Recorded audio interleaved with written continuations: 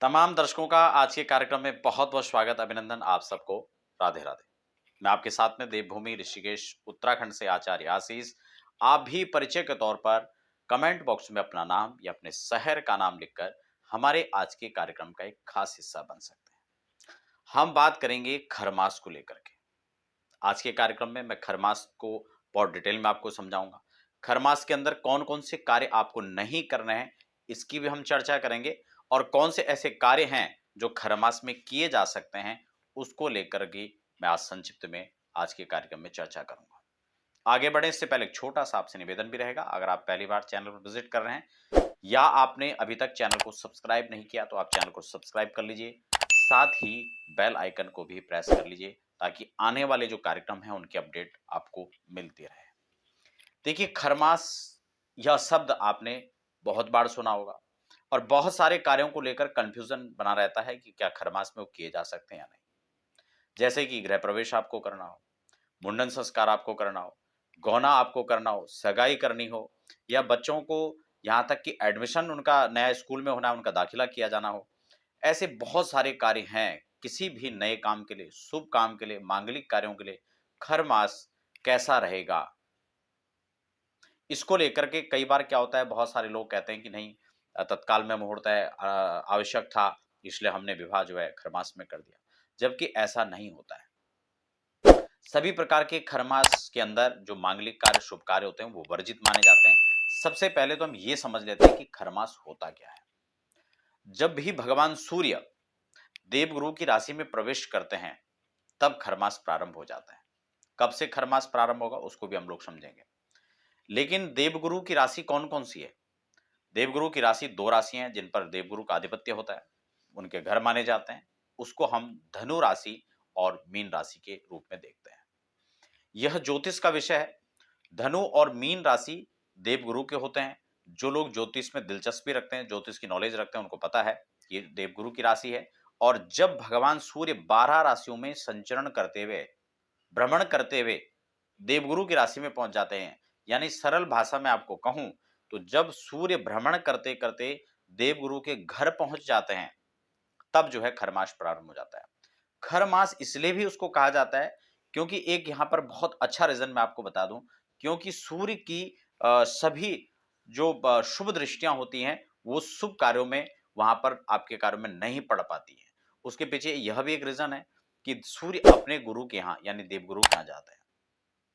क्योंकि गुरु जो देवगुरु बृहस्पति हैं, वो सभी देवताओं के गुरु हैं। तो उसमें सूर्य के भी गुरु हैं। तो जब वो अपने गुरु के घर में होते हैं, तो वो उनकी सेवा में संलग्न होते हैं, उसमें तल्लीन होते हैं।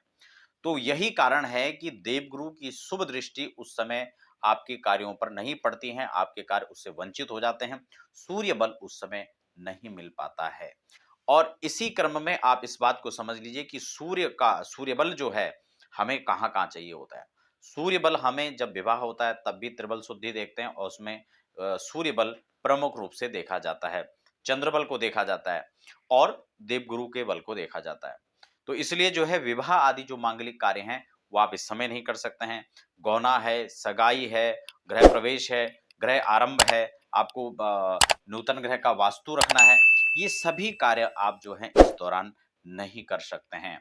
और जो बच्चों का एडमिशन नए स्कूल में कराना है, फिर से मैं कह दूं, होता क्या है कि इस समय जो स्कूल में एडमिशन आरंभ हो जाते हैं, वो आपने देखा होगा कि मार्च से आरंभ हो जाते हैं और अप्रैल तक एडमिशन होते हैं। तो यही कारण है कि कहीं न कहीं आगे जाकर के कहीं न कहीं बच्चों की शिक्षा में इससे अवरोधताएँ उत्पन्न होती हैं। तो आप चाहें तो या तो खरमास से पहले कर लें या फिर खरमास के बाद में कर लें। उसके लिए आप आरक्षित कर सकते हैं या और भी जो आपको लगता है उस सिस्टम के अनुसार और अनुकूल रख करके आप उसको कर सकते हैं। क्या-क्या कार्य हैं जो नहीं किए जाने चाहिए, ये तो मैंने आपको इस कार्यक्रम में बता दिया है। लेकिन कौन से कार्य हैं जो आप कर सकते हैं? इसको भी थोड़ा समझ लीजिए। लेकिन सबसे पहले इसकी डेट हम समझ लेते हैं कि कब से खरमास आरंभ हो रहा है। क्योंकि सबसे महत्वपूर्ण आप जो जानना चाह रहे हैं वो यही है, तारीख कौन-सी है। देखिए खरमास या तो पौष के महीने में आरंभ होता है और या फिर चैत्र के महीने में आरंभ होता है। तो यहाँ पर 2 चीज़ें हैं, नवरात्रि भी इस दौरान आएँगी।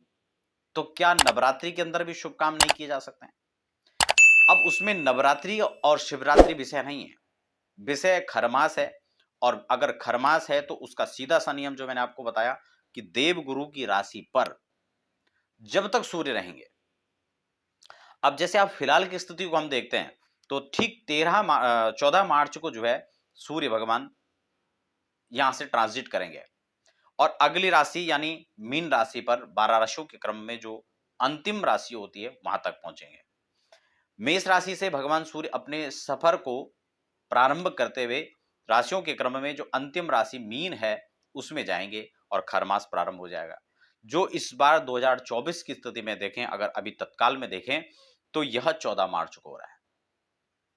यानी 14 मार्च से सीधा सा जो आप समझना चाह रहे हैं, जानना चाह रहे हैं कि कब से स्टार्ट हो रहा है, तो 14 मार्च से स्टार्ट हो जाएगा। कब तक रहेंगे? तो 1 महीने पर्यंत रहेंगे और वही 13 अप्रैल को जाकर के 13 अप्रैल 2024 को जाकर के खरमास खत्म हो जाएगा, क्योंकि इसके बाद भगवान सूर्य जो है मीन राशि से निकलकर मेष राशि में पहुंच जाएंगे।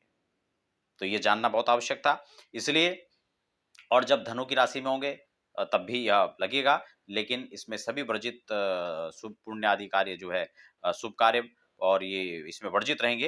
लेकिन एक चीज मैं आपको और बता दूं, कई लोग इसको स्वीकार नहीं करते हैं, कई लोग कहते हैं नहीं हम इसको नहीं मानते हैं और हम इन चीजों को अगर इग्नोर करते हैं तो आप उनके दूरगामी परिणामों को भी देखते हैं कि वह परिणाम बहुत ज्यादा स्पष्ट नहीं आते हैं, बहुत ज्यादा अच्छे उनके परिणाम नहीं मिल पाते उन लोगों को।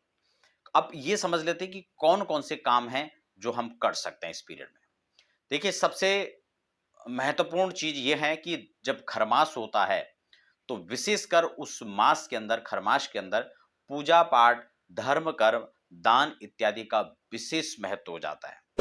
आप क्योंकि देवगुरु की आध्यात्मिक राशि के अंदर अगर भगवान सूर्य गए हैं, देवगुरु की सन्निधि में गए हैं और भगवान सूर्य उस दौरान जब इस प्रकार के धर्म कर्मों को देखते हैं, तो आपको विशेष रूप से आशीर्वाद प्रदान करते हैं।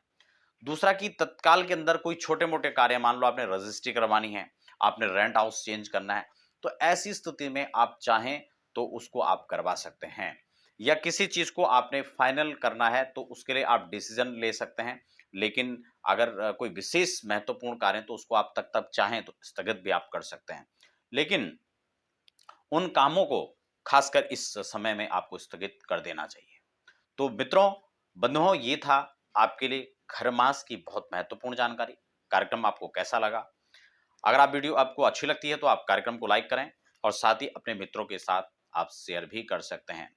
ज्योतिष अध्यात्म से संबंधित किसी प्रकार की परामर्श से आप अपनी कुंडली दिखवाना चाहते हैं या अपनी कुंडली बनवाना चाहते हैं, अपने बच्चों की कुंडली बनवाना चाहते हैं या किसी भी प्रकार से आप ज्योतिषीय परामर्श आप करना चाहते हैं, रत्न रुद्राक्ष का परामर्श आप लेना चाहते हैं, तो लगातार जो नंबर फ्लैश हो रहे हैं आप उस पर संपर्क करके जानकारी प्राप्त कर सकते हैं। तो फिलहाल आप बने रहें, हमें दीजिए इजाजत। आप सबको राधे राधे।